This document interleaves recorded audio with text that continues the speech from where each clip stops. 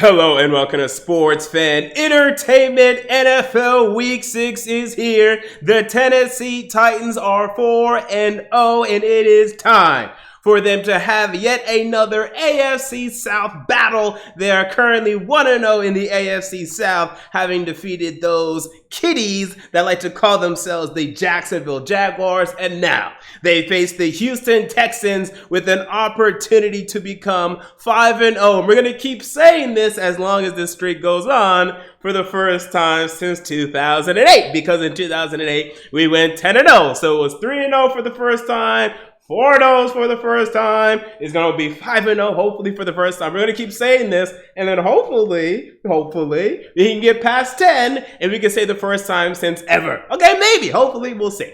All right, so with that said, we have this upcoming matchup, but we first talk about the headlines from the weekend. There were some headlines this week. Kamalei Correa traded from the Tennessee Titans. Kamalei Correa, the outside linebacker, and a 7th-round pick traded to, formerly who I just mentioned, who I aforementioned, the Jacksonville Jaguars. Kamalei Correa packaged with a 7th-round pick in exchange for a 6th-round pick after Correa demanded a trade. Now, they gave him this trade. I was surprised that they did. I mean, it made sense because with Vic Beasley now back and in the fold, with Clowney healthy, with Landry healthy right now, and with Derek Robertson in the rotation, we didn't need Correa. But I was surprised just from an executive standpoint. Like, if I'm John Robinson or if I'm Mike Vrabel and I'm having the power position that I have, yeah, if you're Kamalei Correa, yeah, you don't deserve to request a trade, okay? You don't deserve to come into my office and demand a damn thing. Who are you? Who? Okay, that'd be my policy. I mean, the guy played well at the end of last season. I was surprised that he didn't play much in this previous game. In fact, he was inactive. And I was surprised that he hasn't made much of an impact this season at all. I had some hopes for him. I know a lot of you guys had high hopes for him. I don't know why, but I thought he was going to contribute to this pass rush. And, saying that the pass rush isn't performing up to par right now, it'd be nice to have him out there. But demanding a trade, like, I know it sucks to be inactive when you're a player that deserves to be on the field, but Kamalei Correa demanding a trade. I mean, like, this is who's demanding a trade. I don't know, but they got a 6th-round pick. They had a package of 7th-round pick, but essentially, this is going to be moving up 40, 50 spots essentially in this upcoming draft. Albeit, from the 7th round to the 6th round, but it's nice. And now we have 3 6th-round picks, by the way. And I think we have an extra 3rd from the Jack Conklin compensatory. It's a projection, but a projected compensatory pick for letting Jack Conklin go. So we actually have a decent amount of draft picks next season. I would like to see us couple a lot of these 6th-round picks, and I think we might have 2 5ths too, and get a 4th. That's what I would do because, we're not hitting on 6th-round picks. That's not something that we're doing. I guess Corey Levin might be our best 6th-round pick in a while. Dane Cruikshank was even 6th round. I don't know. We're not hitting on 6th-round picks. So I'd be fine packaging these and seeing if we can get a 4th. I mean, we're not doing great with 4th-rounders either, but we're definitely doing better with the 4th round than we are with the 6th round. So personally, that's something I would look at doing because, 6th-round picks, they're 6th-round picks. But at least we got something for him, so it's a win for us. But, we're no longer going to see Kamalei Correa in the Tennessee Titans uniform. Again, odd to me that he demanded a trade, but thank you for your contribution, as little as it was. And you did show up in the playoffs, so I'm happy about that. But thank you for your services in Tennessee. Get to stepping. With that said, let's get to the COVID-19 list. Okay, what is the update as it pertains to the COVID-19 list? Well, everyone's off. Except for Corey Davis, well, everyone that we care about. I'm sorry to the practice squad players, but we're only going to discuss the 53-man roster. So everyone is off the COVID-19 list except for Corey Davis and tight end Michael Pruitt. Okay, so this is good news. We like hearing this. This means that Jeffrey Simmons is going to play. This means Adam Humphries is going to play. This means Cameron Batson, for all you Cameron Batson fans, and I'm sure that there's some of you out there, I'm sure that Cameron Batson's going to play and maybe even get, some nice targets because Nick Westbrook, I mean, this guy's still running routes out there, but he's not really doing anything. So let's give Cameron Batson some touches because at least I've seen him do something in my life. Okay, so that's my policy when it comes to Nick Westbrook-Ikini right now. And then we also have a little bit of an update on Adoree Jackson. So he's still on IR.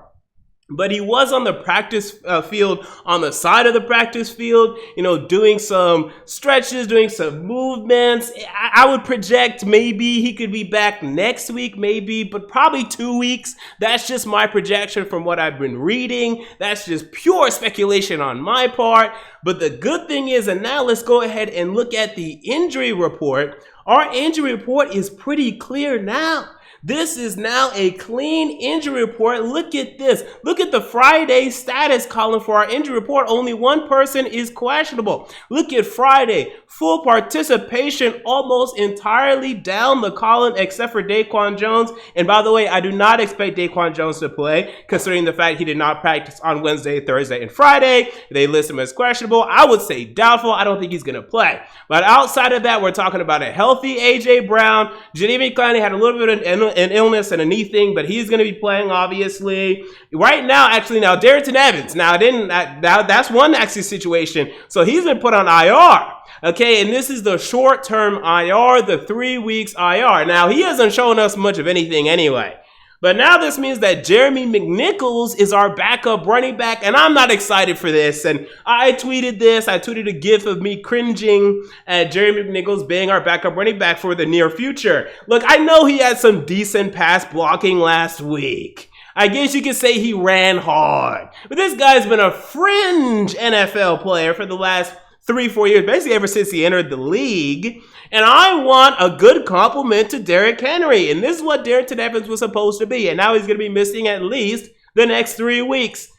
I honestly wanted us to pick up the phone and talk. Not saying we needed to sign him, but talk to Le'Veon Bell. And I know everyone's going to say, well, he's such a cancer. We don't need that cancer. Well, you think the Kansas City Chiefs, you think that they're now going to explode because they just got Le'Veon Bell? No. If your culture is strong enough in the locker room, you can sign a Le'Veon Bell and you'll be fine. And the minute he causes problems, you get rid of him. And then that's it. That's what the Chiefs are going to do. Look at me in my eyes now. Tell me that you think the Chiefs are going to fall off the cliff because they just got Le'Veon Bell. No. They're going to be just fine. They're likely still going to be in the AFC Championship at least. Signing Le'Veon Bell, giving it a shot, despite having Clyde Edwards-Helaire, was a good move. They're not going to implode because they took a chance on Le'Veon Bell. I would have took a chance. Considering the fact that Darrington Evans is going to be out for 3 weeks, and Le'Veon Bell is a hell of a receiving back. Well, maybe the last time he was actually good was 2017. But still, he was a good receiving back, semi-recently in this league. And probably even at that time, he might have been the best receiving back. In 2016 and 17, he was definitely up there. I would have called for Le'Veon Bell. I would have loved to have seen a Derrick Henry, Le'Veon Bell duo. I would have loved to have seen it. Because let me tell you right now, he's going to go make some plays for Kansas City. And I'm going to be or he's going to get cut. And either way, if he makes plays for Kansas City, who we might have to face in those playoffs, by the way, I'm going to be pissed. And then if he just gets cut, I'll be like, well, we could have done that. So, I thought we should have just took a shot there, but we didn't. That's fine. But Darrington Evans, he's on IR. Okay, outside of that, Chris Jackson, Jonathan Joseph, everyone's, fully participating. Taylor Lewan's good. The shoulder's fine. Everything is great. Injury report is clean. That's great. We need to get Adoree Jackson back. But after that, this is going to be this is going to be like week 1 health. In fact, it is. Because even week 1, you have one person on IR, one person out. So we are extremely healthy right now. This COVID thing, man, let me tell you. Opposing fans don't like this, but hey, and it sucks because, it'd be nice to have a bye week later on in the season. We'll see how we, adapt to the situation of having to play likely 13 straight games, hopefully. But, it's kind of a blessing in disguise because we got pretty damn healthy the last 2 weeks. And we still won the game against the Buffalo Bills despite so many players being out. Kind of a little blessing in disguise, because we're still undefeated, we still won, and we got time to get people healthy. I don't know. And then I feel better about our chances against the Steelers when we face them. Well, hopefully the only thing is that, and let's get a bye week, that way it doesn't matter. Hopefully not having a bye week doesn't hurt us, but if we get that bye week before the divisional round, we'll be just fine. And there's only one spot this year, so you got to get that number 1 seed in the AFC. But hey, right now, I give us a shot. We're right there, aren't we? Are we not? We are. So with that said, let's move on 2, my Tighten Up keys to the game. And let's preview the Houston Texans, where Bill O'Brien is gone. And this is bad news for us. Oh my goodness, Bill O'Brien. I mean, he used to beat us, okay? Yeah, I think over the Bill O'Brien tenure, the Texans probably had a winning record over us. But, I mean, just seeing the beautiful collapses that this man would have in the playoffs, the beautiful collapses to the top teams in the NFL time and time again, holding the Texans back from being the Super Bowl team that they should have been 1 or 2 years ago. Oh, it's just brilliant. And now the roster is decimated. It's not horrible, but it's definitely worse than what it was. No DeAndre Hopkins anymore. Thank you, Bill O'Brien. Giving Laramie Tunsil all this money, giving Zach Cunningham all this money. Oh, I'm here for it. So luckily he left, but before he left, he gave all these horrible contracts, so they're still in trouble. But don't sleep on this team, people, because input Romeo Crennel, who is not a great head coach, but players respect him. In fact, right now, I think he set the record for maybe being like the oldest coach in the NFL ever. Like, he's 73 years old. Players respect him. They play for him for the most part. I mean, the defense still stinks this year, but they respect him. And there's a reason why, hey, they're 1-0 this year under Romeo Crennel, and they're 0-4 under Bill O'Brien. Now, that has a lot to do with who they were playing last week, but still, they're 1-0 under Romeo Crennel. J.J. Watt is still a force to be reckoned with. Taylor Lewan has had some struggles against J.J. Watt, and we certainly, as a team, have had struggles against J.J. Watt, so we're definitely going to have to contain him. But number one is that man right there, Deshaun Watson. He must be stopped. Man, do we have nightmares of Deshaun Watson ripping us to shreds. My goodness, we have to contain, we have to stop Deshaun Watson. And let's go ahead and get to the Tighten Up keys to the game. Number one, we must pound the rock. The Houston Texans' run defense is one of the worst in the league. Clyde Edwards-Helaire, week 1, set the NFL on fire. People were talking about, oh, this is new star running back in the NFL way too prematurely. If they were watching the game, they would have noticed, oh, wait a minute, the Texans' run defense is just really bad, and he's just bouncing off of them because they can't tackle, because their defensive line is one of the worst in the league right now. They have no one impressive on the defensive line outside of J.J. Watt. They have no one that's impressive on the defensive line right now. You're talking about Omenehu. You're talking, who is that, by the way? Exactly. You're talking about a little bit of Ross Blacklock here or there. You're talking about a bunch of no-names on the defensive line. Their linebackers right now, and Zach Cunningham and Bernard McKinney, they are struggling. I've not seen these two play this poorly in their entire careers. I don't know what's gone into them. Zach Cunningham, I had big concerns about him coming out of Vandy, and I went to Vandy. So if anyone should be standing Zach Cunningham, it should be me. And I still had major concerns about Zach Cunningham as it pertains to his run defense, but he's actually been pretty good until this year. This year, everything has just fallen apart as it pertains to Zach Cunningham and his run defense in this league. So we have to take advantage of their front. They miss DJ Reader so much in the nose tackle position. Whitney Merciless, he hasn't been getting after the passer or setting the edge well. We have to attack their front. Their front seven is weak outside of J.J. Watt. So if you have to double J.J. Watt, that's absolutely fine with me because everyone else you can beat. They're not a concern. It's not a problem. Get after them. Pound the rock with Derek Kearney. Give him carries. And, you're going to give Jeremy McNichols carries again. I would have liked to have seen someone else. Jeremy McNichols, I know there's now McNichols fans. Here we go. Here we go again. Titans fans, getting excited about the most random player that will not even be on the team. But fine. Give Jeremy McNichols carries. Give anyone carries. Just whatever you do, pound the rock. Number two, limit the deep ball. Those two men right there, Brandon Cooks and Will Fuller, man, they will rip us to shreds if we are not careful. Now, I love the fact that Kevin Byard looked much improved last week. He looked, once again, like the all-pro safety we expected him to be, right? Because we were missing him a little bit, in weeks 2 and 3, just a little bit. I didn't think he played, up to his level. But definitely the last game he absolutely did. Do not allow these two men, and Brandon Cooks and Will Fuller, to beat us over the top. We know about Deshaun Watson and his deep ball. We know too well about that. Now, luckily, he won't be hitting DeAndre Hopkins deep anymore, right? So Malcolm Butler, I know he has some nightmares and some PTSD about having to guard DeAndre Hopkins. Well, you don't have to do that anymore. Now you're guarding, Brandon Cooks, who's still very dangerous. Okay, so we have to be careful of that because that's a decent 1-2-3 punch right there that they have right now in Houston. And even a 4 punch. You could say Randall Cobb. I'm not a big Randall Cobb guy, but you can say Randall Cobb. But with Kenny Stills, Will Fuller, and Brandon Cooks, they can beat you over the top, so you need to be careful of them. And Randall Cobb is at the very least, he's still a decent slot wide receiver that's going to pick up first downs. So we just have to limit the deep ball, though, when it comes to Will Fuller and Brandon Cooks. Absolutely. And then number 3, can we get a bloody pass rush? Now, there were semblances of it in the last week's game against the Buffalo Bills. Just, hints of it. Harold Landry got a sack. He was also at the feet of Josh Allen, got a near sack there. He was getting some pressure. If you look at the analytics, if you look at the Pro Football Focus, if you look deep and you watch the tape, Clowney's getting some pressure. But it's not significant enough, man. We need to what is Vic Beasley doing?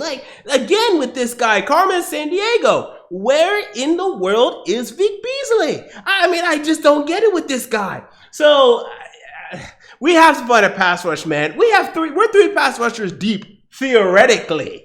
And we're not seeing that. We're just not.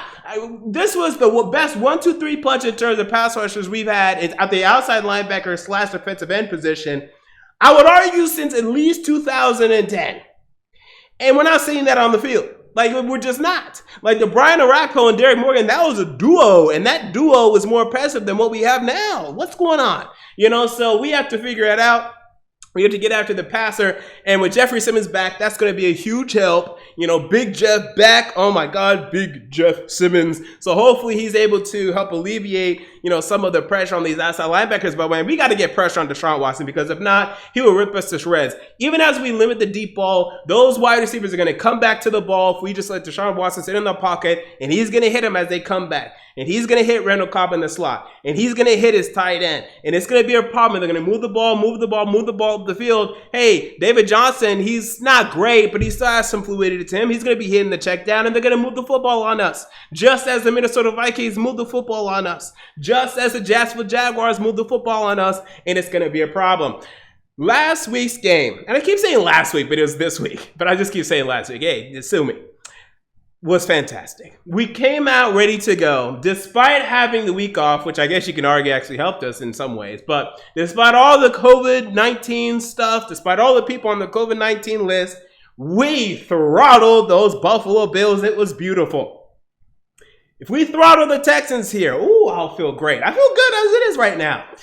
My prediction is that the Texans are going to have some success offensively. I think the Bills, they really missed John Brown last week, and Josh Allen, as the game wore on, kind of started choking a little bit, and they had some successful drives, but, you had the interception that was off of Andre Roberts' hands. I don't even know what Josh Allen was thinking on the other interception. I don't even know. But they had some successful drives that ended up in no points. They had some opportunities that I think the Texans will take advantage of.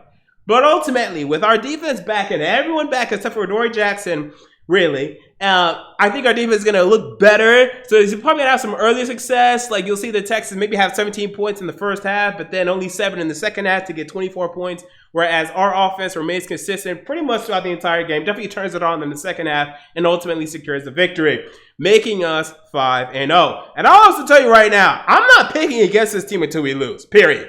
With the schedule we have coming up, I still have fear when it comes to the Steelers. I still definitely fear the Ravens and whatever week that is, week 9, 10, and the Packers week 15. But why should I pick against this team right now? I did it last week. They proved me hella wrong, so I ain't picking against this until we lose. Whenever we lose, okay, I'll pick against this again. But for right now, I got to ride this wave. So I definitely have the Tennessee Titans winning in week 6. So there you go. Those are my thoughts on the week 6 matchup between the Tennessee Titans and the Houston Texans. What are your thoughts? Comment down below.